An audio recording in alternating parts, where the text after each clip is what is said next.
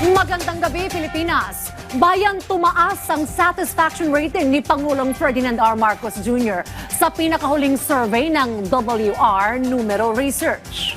Isa umano sa mga dahilan nito ang matagumpay na paglulunsad ng Benteng Bigas Merona program. Samantala, bumaba naman ang rating ni Vice President Sara Duterte. Yan ang ulat ni Harley Valbuena. Tumaas sa 35% ang satisfaction rating ni Pangulong Ferdinand R. Marcos Jr.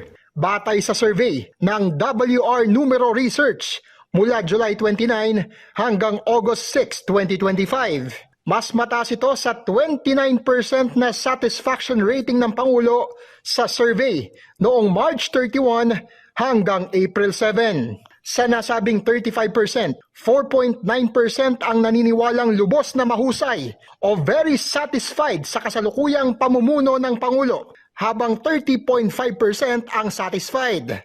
32% naman ang dissatisfied, habang 33% ang hindi sigurado. Pinakamataas ang nakuhang satisfaction rating ng Pangulo sa Luzon na may 42.8%, sumunod sa Visayas na may 37.6%, 25.8% sa Metro Manila at 20.5% sa Mindanao.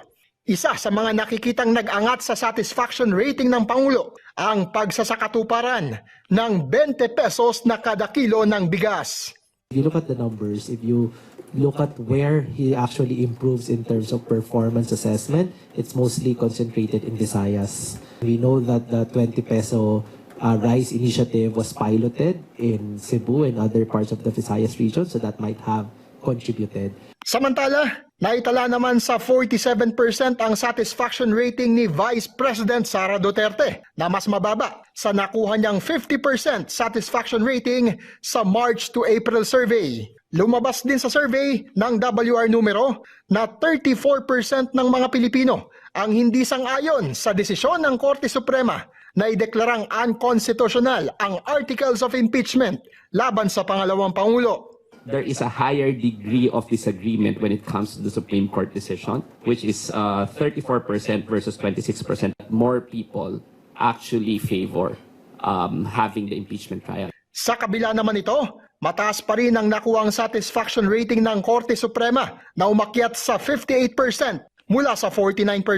Bagyaring umangat ang satisfaction rating ng Senado sa 49% mula sa dating 44%, habang nasa 44% naman ang satisfaction rating ng Kamara mula sa dating 48%. Harley Valbuena para sa Pambansang TV sa Bagong Pilipinas.